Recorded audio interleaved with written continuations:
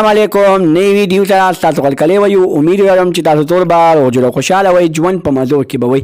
مفتی سردار علي حقانی شهید صاحب ورور عاطف سردار رښتیا شهید شو هغه ټول معلومات در سره په دې ویډیو کې شریکوم د دغه رنګې نورو معلوماتي ویډیوګانو لپاره زموږ خبر میډیا چینل سبسکرایب کړئ د نشان اوس خامخا ووهئ چې زموږ هر یوه نوې معلوماتي ویډیو تاسو ته په اسانۍ سره میلاویږي مفتی سردار علي حقانی شهید صاحب ورور عاطف سردار شهید شو داسې قسمه خبر په سوشل میډیا باندې خپور شوی دی خو دوستانو دغه خبر دروغ دی عاطف سردار شهید شوی نه دی عاطف سردار په هسپتال کې ډېر زیات په سخت حالت کې پروت دی تفتیشناک حالت کې پروت دی هغه ته دواګانې کوي چې هغه له الله تعالی صحت ورکړي چې بیا هغه د مفتی سردار علي حقانی صاحب د پیښې باره کې ټول حقیقت مونږ ته په سوشل میډیا باندې راښکاره کړي چې مفتی صاحب په کومه طریقه باندې شهید شو د مفتی صاحب ګاډي په کومه طریقه باندې اکسیډنټ وکړو د هغه اکسیډنټ وجه څه وه دوستانو عاطف سردار چې کله په اوښ کې راشي نو وایي چې مونږ به د عاطف سردار نه خامخا پوښتنه لرو چې عاطف سردار د ګاډي اکسیډنټ په کومه طریقه باندې وکړو خو د مفتی صاحب سردار علي حقانی صاحب شهید صاحب اول چې حسن نامه د هغه مخکې ذخیره کړې وه چې زموږ ګاډی په یو سازش باندې کتل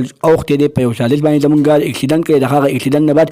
بیا مفتی سردار علي حقانی صاحب په هغه ساعت باندې شهید شوی دی مونږ ته پکار دي چې مونږ د مفتی سردار علي حقانی صاحب شهید باره کې یو داسې تفتیش وویسو په هغه تفتیش کې دغه سازش راښکاره شي چې مفتی صاحب باندې دغه د شهید کولو سازش ولې شو دوستانو د دې نه مخکې په مفتی صاحب باندې حمله شوې وه چې په هغه حمله کې مفتی صاحب ژوندی پاتې شوی و د دغه رنګې نورو معلوماتي ویډیوګانو لپاره زموږ خبر میډیا چینل سبسکرایب کړئ د نشان اوس خامخا ووهئ چې زموږ هر یوه نوې معلوماتي ویډیو تاسو ته په اسانۍ سره میلاویږي